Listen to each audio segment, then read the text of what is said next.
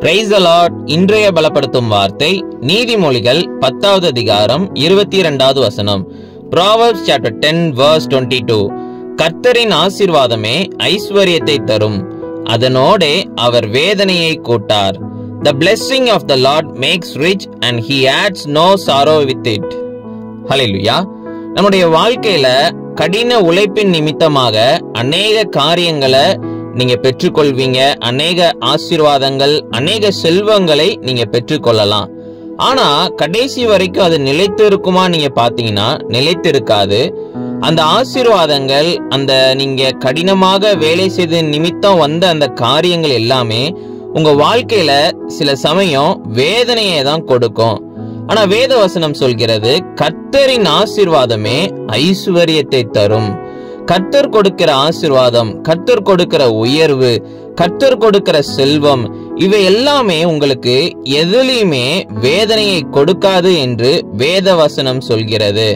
அப்போ இந்த நாளிலுமே கர்த்தர் உங்களை பார்த்து சொல்லுகிறார், அவர் உங்க வாழ்க்கையில அவர் ஆசீர்வாதங்களை வைத்திருக்கிறார், ஐஸ்வர்யத்தை தருகிறார். அவர் உங்களுக்கு எந்த ஒரு வேதனையும் அதுல தரமாட்டார், உங்களுக்கு அது மிகவும் சந்தோஷமாக இருக்கும் என்று வாக்கு பண்ணுகிறார்.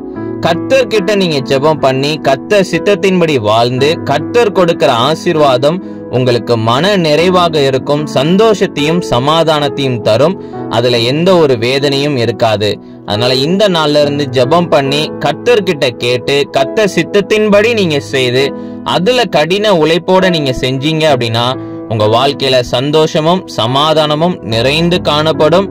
கர்த்தர் உங்களை உயர்த்தி வைப்பார். நம்ம எல்லாரும் கண்களை மூடி ஜெபிக்கலாம். எங்களை நேசிக்கிற நல்ல தகப்பனே, கர்த்தாவே, நீங்க கொடுக்கிற ஆசீர்வாதம் பிள்ளைங்களுக்கு ஆண்டவரே இயேசப்பா மிகவும் சந்தோஷமாக சமாதானமாக இருக்கும் என்று நாங்க விசுவாசிக்கிறோம்.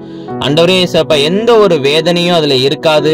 ஆண்டவரே, நீங்க தகப்பனே இயேசப்பா பிள்ளைங்களோட கூட இருந்து வழி நடத்துங்க, பிள்ளைங்களை உயர்த்தி வைங்க, ஆசீர்வதிங்க. இயேசுவின் மூலம் ஜெபிக்கிறோம் எங்கள் ஜீவனுள்ள நல்ல பிதாவே. ஆமேன், ஆமேன், ஆமேன்.